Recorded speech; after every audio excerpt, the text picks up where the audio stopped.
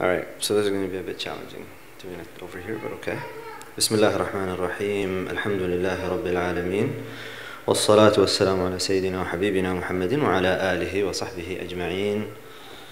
اللهم صل على سيدنا محمد الفاتح لما أغلق والخاتم لما سبق ناصر الحق بالحق والهادي إلى صراطك المستقيم وعلى آله حق قدره ومقداره العظيم. اللهم إني أعوذ بك أن أضل أو أضل أو أزل أو أزل أو أظلم أو أظلم أو أجهل أو يجهل علي. الحمد لله.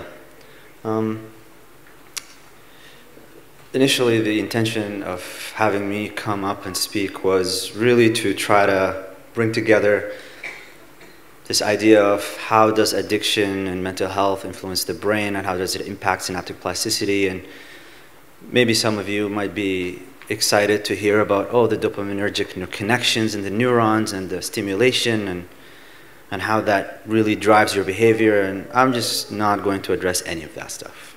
I'm just going to put that aside.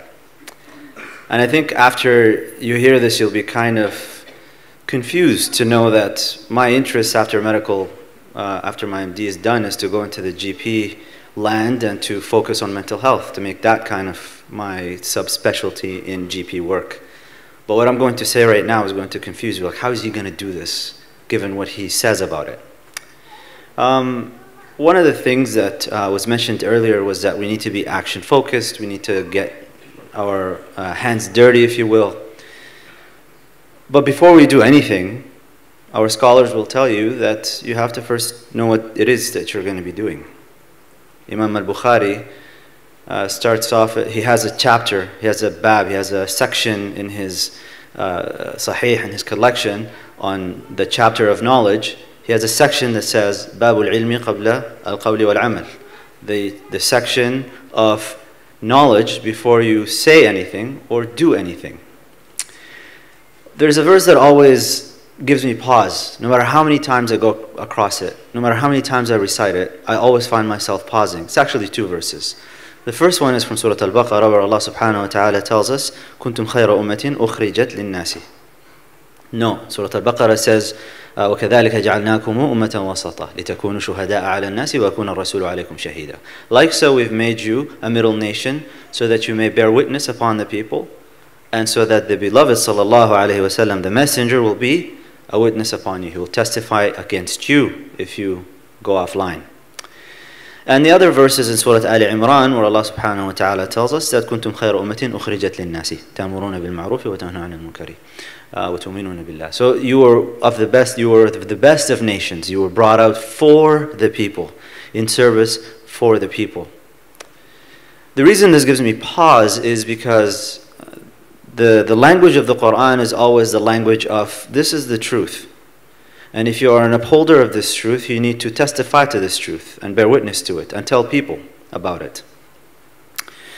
Now, one of the things that was asked earlier in a poll was the concept of mental illness in Islam. What is it? And the majority said it's a psychological condition. Now, it's really important, and I can't emphasize this enough. If you leave with anything from all of this, I hope that you leave with this one thing. And it sounds a little arrogant that I'm the one who's going to say it, but anyways. Don't use modern concepts and project them onto the Quran and project them onto the past. So when we come and discuss mental health and talk about mental illness, there are presuppositions at play. We're making assumptions. We are assuming what mental wellness is. We're assuming what mental health is. In fact, we're even operating with definitions of what the mental is. But if you go through the history of psychiatry and the history of psychology, you will come to know, for example, that the word mind was invented by John Locke in the 18th century. And the reason it was invented, it was actually after a protracted, lengthy, couple of 100-year discussion and conversation during the Enlightenment, where God has died. And the human being was stripped away from their humanity. And you no longer have a soul, but you have this thing animating you and driving you. So we need to give it a name. But it can't be the soul. It can't be metaphysical. And the final resting term that they came to was the one that John Locke, this English philosopher, gave, was the mind. So when you say, oh, there's a lot on my mind. You're operating with a word that's a couple hundred years old. It's not an age-old concept.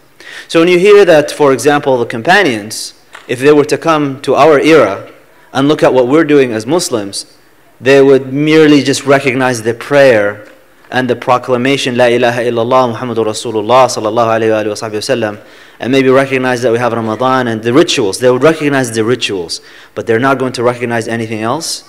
It's because there are a lot of developments that took place over the past, 500 years, let's say, where concepts have been introduced, and as any civilization and any power in the world goes, وَتِلْكَ الْأَيَّامُ نُدَاوِلُهَا بَيْنَ النَّاسِ, Allah subhanahu wa ta'ala tells us that these are the days that we exchange between people.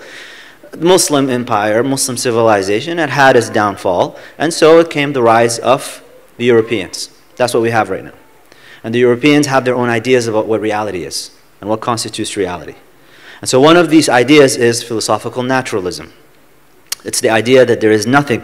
Allah subhanahu wa ta'ala, after you recite Surah Al-Fatiha and you ask for guidance, Allah describes us, the believers, as those yuminuna bil-ghayb. You believe in the unseen. Well, one of the fundamental beliefs and assumptions of the modern world is that there is no such thing as a ghayb. You can't talk about a soul. So we have to first, before we engage in any of these conversations, step back and ask, what do you mean by these terms? Al-hukmu ala shay'i far'un an tasawwurihi, as the usuli scholars tell us, the scholars of the principles of jurisprudence, the scholars of Islam, of theology, they tell us that the first thing you have to establish is your conceptualization of a thing. What do you mean by mental health? What do you mean by a soul? As any amateur debater about God will tell you, Muslims anyways, because all Muslims go through, at least the males, they go through these stages. First you talk about the scientific miracles of the Quran, and then you realize that's a sham. And then you realize that I want to debate about God, and then you realize this not going anywhere. And then you watch all the Hyde Park videos on YouTube, and then you realize that's a waste of time. Well, one of the first things they tell you is define what you mean by God. So the first thing we have to define is, what do you mean by mental? What do you mean by the mind? What do you mean by psychiatry? It's also a new term. It means healing of the soul. But it's not the soul that we speak about as Muslims. Somebody's calling.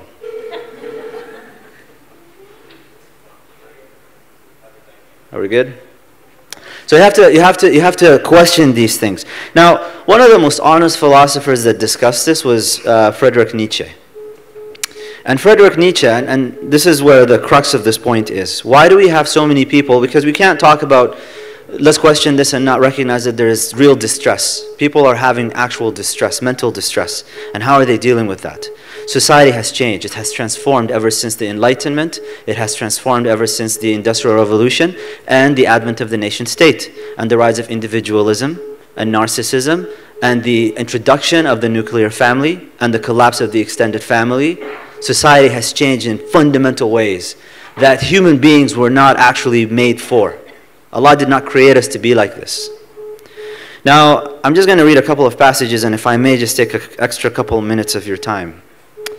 The first one is from The Gay Science by Nietzsche, and it's the parable of the madman. I'm just going to read a couple of lines from it.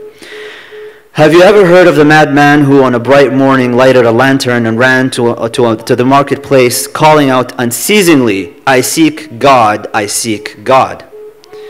As there were many people standing about who did not believe in God, he caused a great deal of amusement. Why? Is he lost? Said one. Has he strayed away like a child? Said another. Or does he keep himself hidden? Is he afraid of us? Has he taken a sea voyage? Has he immigrated? The people cried out laughingly, all in a hubbub.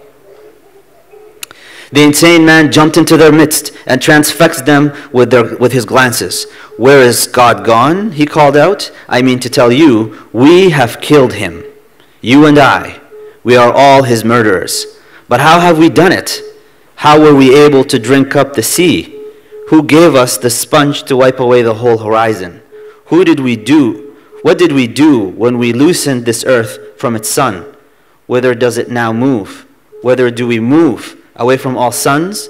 Do we not dash out unceasingly, backwards, sidewards, forwards, in all directions? Is there still an above and a below? Do we not stray, as though infinite nothingness? Does not empty space breathe upon us? Has it not become colder? Does not come on continually, darker and darker? Shall we not have to light lanterns in the morning? Do we not hear the noise of the grave diggers who are burying God? Do we not smell the divine putrefaction? You know, Habib Kadhim al-Saggaf was here a few weeks ago, and he was asked about mental illness. And he gave an interesting answer that shaitan right now is trying to stop us from listening to.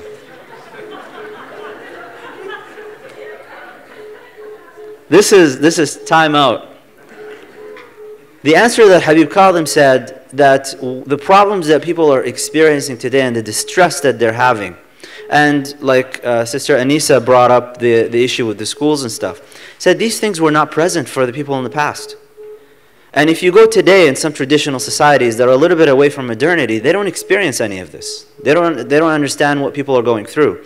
And the reason for it, for people that are traditionally kind of rooted, the Quran, that is the primary kind of central hub that they revolve around, guidance of Allah subhanahu wa ta'ala.